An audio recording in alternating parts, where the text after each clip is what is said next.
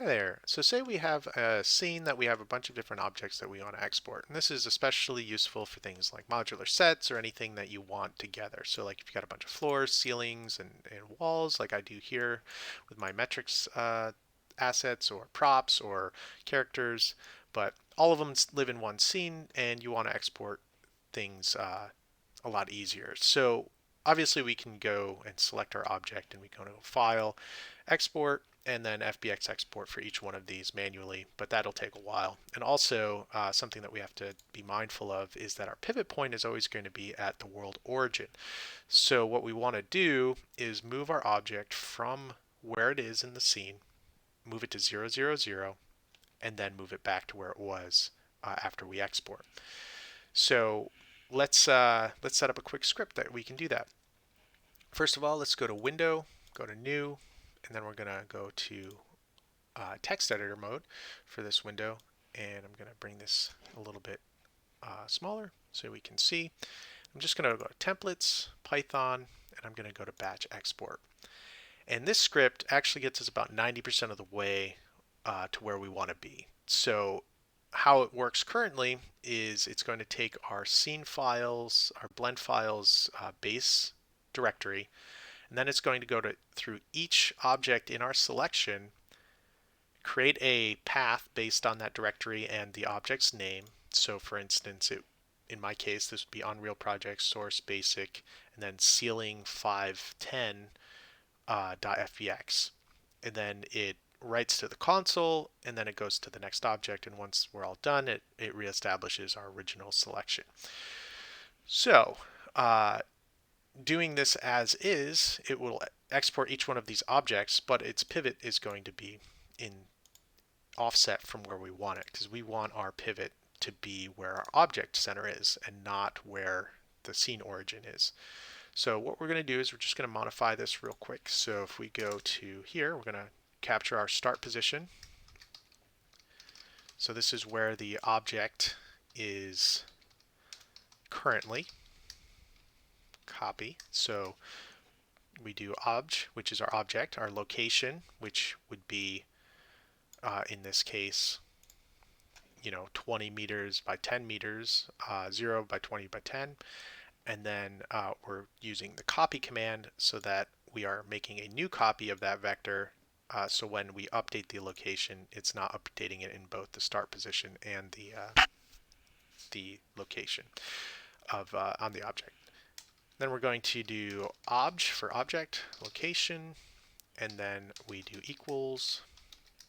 We'll do 0, 0, 0. So now we're moving this to the origin. And then after our export, which is this line right here, we're going to do obj.location equals start position.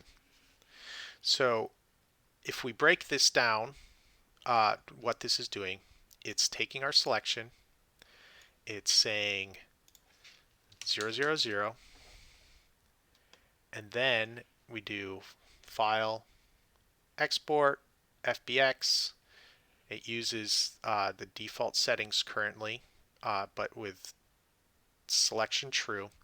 And then once that's done, it sets this back to the original position for each one of the objects that we have selected. So this will use the base FBX -z forward, y up.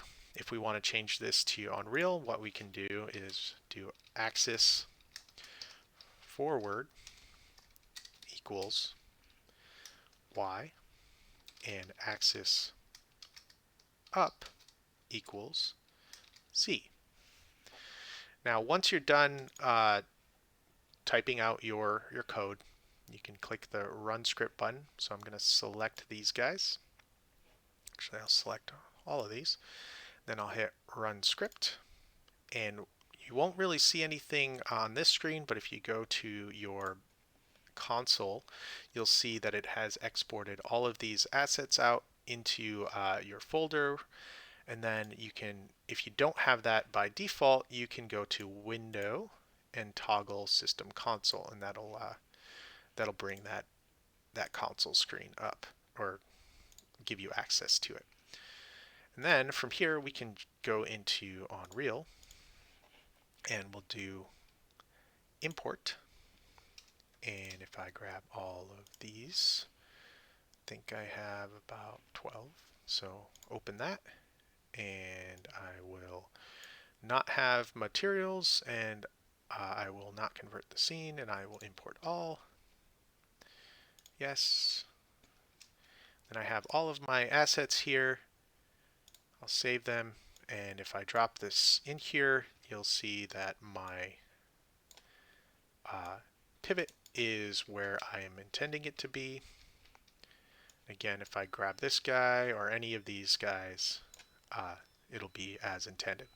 So I hope that helps. And again, if you want to modify some of these FBX export buttons, you can go to the documentation. So if you go to help and then go to Python API reference, it'll bring you up documentation, and then you can just search for FBX and you'll have all of the different parameters that you can place here in this call.